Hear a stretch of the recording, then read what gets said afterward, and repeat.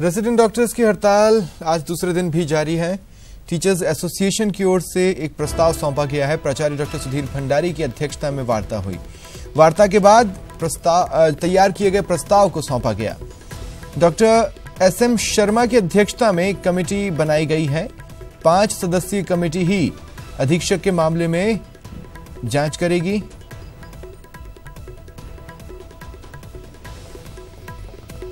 और निर्णय लेगी। रेसिडेंट डॉक्टर्स अब जनरल बॉडी मीटिंग आयोजित कर रहे हैं। GBM के बाद ही हड़ताल पर आगे की रणनीति तय होगी।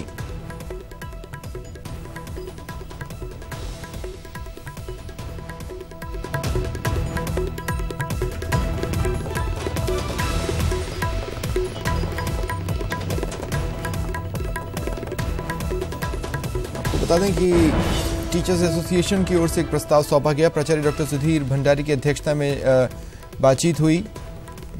पहला चरण पूरा हो गया है। हालांकि इसके बाद भी रेसिडेंट डॉक्टर्स नाराज नजर आए। उन्होंने कहा कि GBM की जाएगी और GBM के बाद ही आगे की रणनीति तय करेंगे कि हड़ताल वापस ले ली जाए या जारी रखी जाए। वार्ता के बाद जो प्रस्ताव तैयार किया गया उसे सौंपा गया है। डॉक्टर SM शर्मा की अध्यक्षता में एक कमेटी बनाई गई है। 5 सदस्य होंगे इस कमेटी में, जो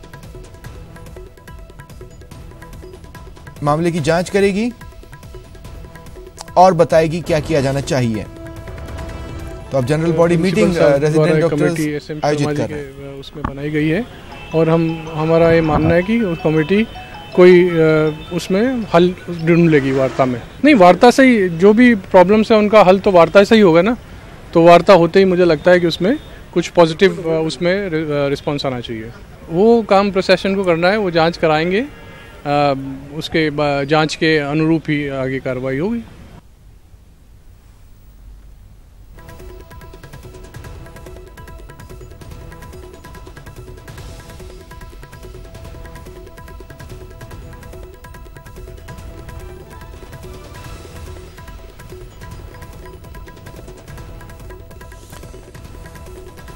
फिलहाल GBM में चर्चा की जा रही है कि आगे क्या करना है। क्या स्ट्राइक को कॉल ऑफ किया जाए, यानी हड़ताल वापस ले ली जाए, या हड़ताल को जारी रखा जाए।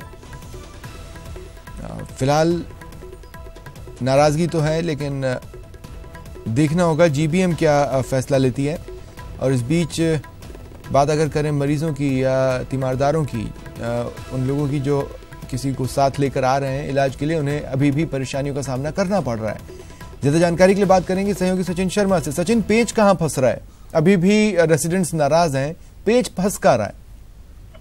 देखिए स्वप्निल, अगर बात करें रेजिडेंट्स की तो उनकी मांग जो है वो ये है कि इससे जो धाराएं लगनी थी, खास करके मेडिकल प्रोटेक्शन एक्ट वाली, वो धाराएं जो है इसमें नहीं लगी। और जिस तरह से पुलिस अधिकारियों से बातचीत की, उन्होंने कहा कि धाराएं लगवाई गई हैं और 354 की धारा जो महिला स्टूडेंट की धारा वो भी लगवाई गई है। लेकिन रेजिडेंट डॉक्टर्स का कहना है कि जब ACP लेवल के अधिकारी ने ही मेडिकल प्रोटेक्शन एक्ट नहीं पढ़ा, तो एक ASI के स्तर के अधिकारी से हम कैसे उम्मीद कर सकते हैं कि वो इस धारा को लगाएगा।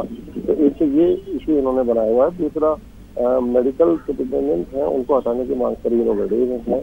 अभी थोड़ी देर पहले यहाँ पर जो मेडिकल कॉलेज टीचर्स एसोसिएशन है, उसके सचिव हैं डॉक्टर राशिन कटारिया, अध्यक्ष हैं डॉक्टर धनंजय अग्रवाल, ये लोग यहाँ पर आए और उन्होंने आकर के यहाँ पर उन्हें एक प्रस्ताव सौंपा है, जिसमें 5 सदस्यीय कमेटी का गठन करने की बात कही गई है। जो अतिरिक्त प्राचार्य हैं डॉक्टर SM शर्मा, उनके नेतृत्व में ये कमेटी बनाई गई है, जो कि इस पूरे प्रकरण की जांच करेगी। आखिर कहाँ कमी खामियां रही और किस वजह से जो है ये मांग उठी है। तो डॉक्टर जो सुधीर भंडारी, जो कि प्राचार्य हैं मेडिकल कॉलेज के, उन्होंने कहा है कि ये कमेटी अध्ययन कर ले और उसके बाद ही जो है वो एक्शन लेने की स्थिति में रहेंगे। क्योंकि केवल मांग करने पर सीधा एक्शन लेने से व्यवस्था बिगड़ सकती है। क्योंकि अभी रेजिडेंट डॉक्टर्स हड़ताल कर रहे हैं, कल तो मेडिकल कॉलेज टीचर्स एसोसिएशन है, कल को वो अगर हड़ताल करते तो पूरी व्यवस्था करवाई जाएगी। तो ऐसे में एक प्रस्ताव सौंपा गया है और अभी रेजिडेंट डॉक्टर जो है वो एक जनरल बॉडी मीटिंग कर रहे हैं इस समय। और GBM करने के बाद ही अब ये फाइनल होगा कि आगे की रणनीति क्या होगी। चलिए, शुक्रिया सचिन, आप नजर बनाए रखें।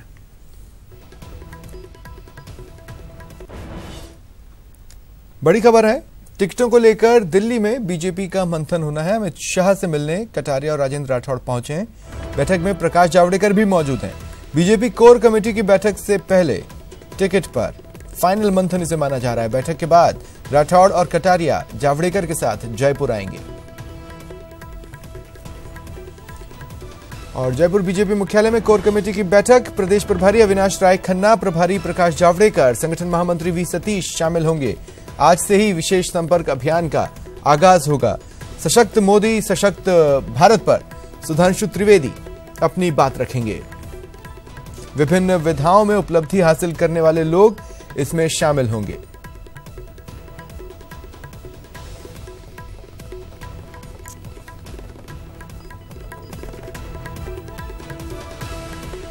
दिल्ली में मंथन चल रहा है और प्रदेश में भी कवायदों को अंजाम दिया जा रहा है। 2019 के लिए बीजेपी ने अपनी पूरी मशीनरी टॉप टू बॉटम ओवरऑयल कर दी है।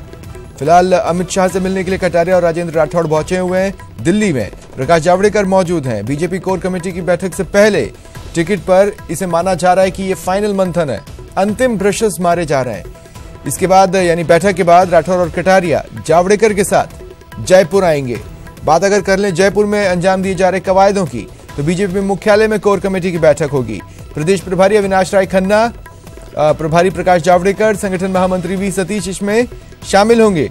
साथ ही बीजेपी आज से ही एक विशेष संपर्क अभियान का आगाज करने वाली है। सशक्त मोदी सशक्त भारत पर सुधांशु त्रिवेदी अपनी बात रखेंगे और इस दौरान विभिन्न विधाओं में उपलब्धि हासिल करने वाले लोग भी शामिल होंगे।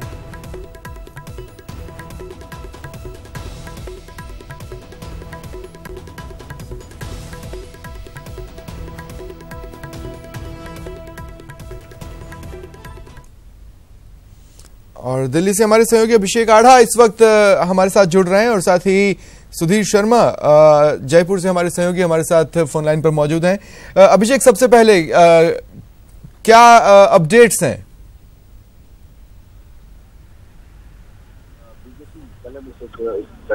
अहम जिसमें दो बड़े निशाने और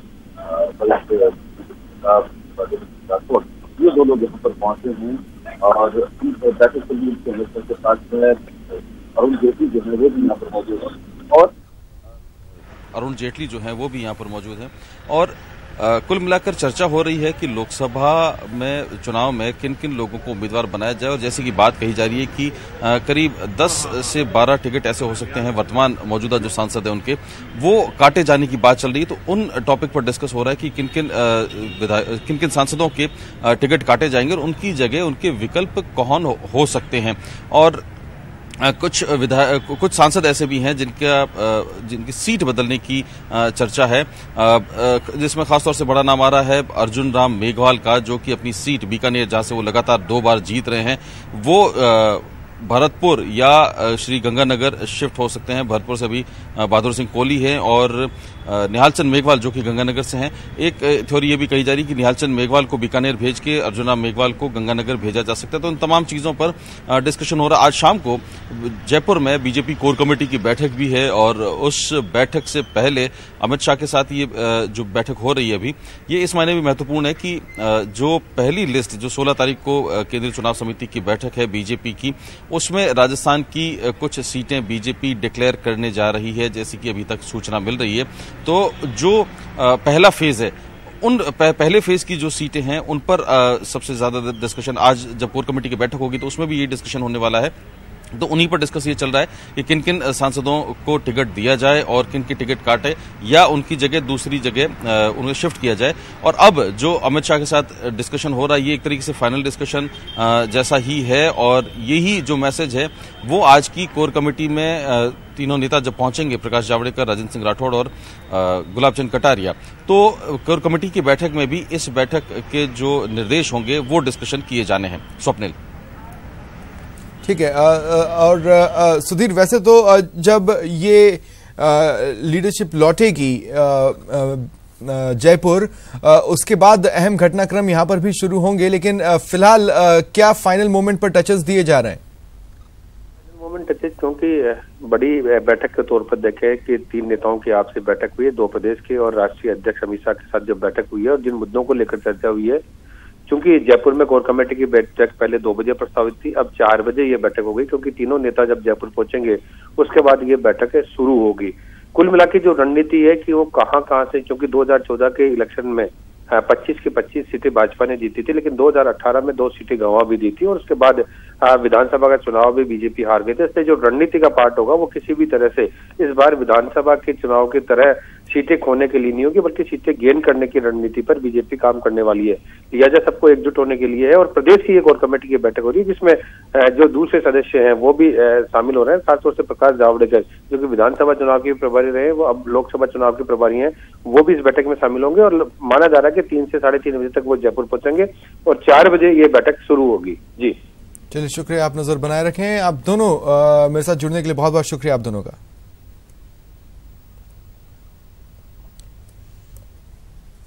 नमस्कार, स्वागत है आप सभी का। आपके साथ मैं हूं स्वप्निल। शुरुआत सीएम अशोक गहलोत के जियारत और पूजा पाठ की खबर से।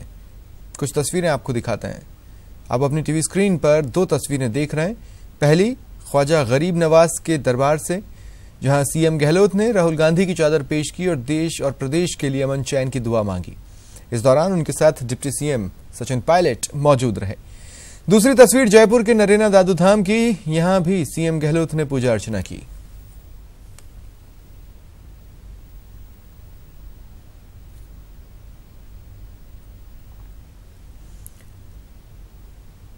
राहुल गांधी की चादर लेकर अजमेर आए सीएम अशोक गहलोत ने पुलिस लाइन हेलीपैड पर मीडिया से बातचीत की, जिसमें उन्होंने सख्त लहजे में बीजेपी पर जमकर प्रहार किए। गहलोत ने कहा, आज देश खतरे में है और हर संवैधानिक संस्था पर खतरे के बादल मंडरा रहे हैं।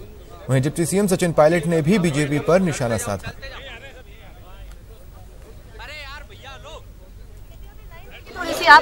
दुर्भाग्य है कि 2 लोग राज कर सकते हैं लोकतंत्र के अंदर।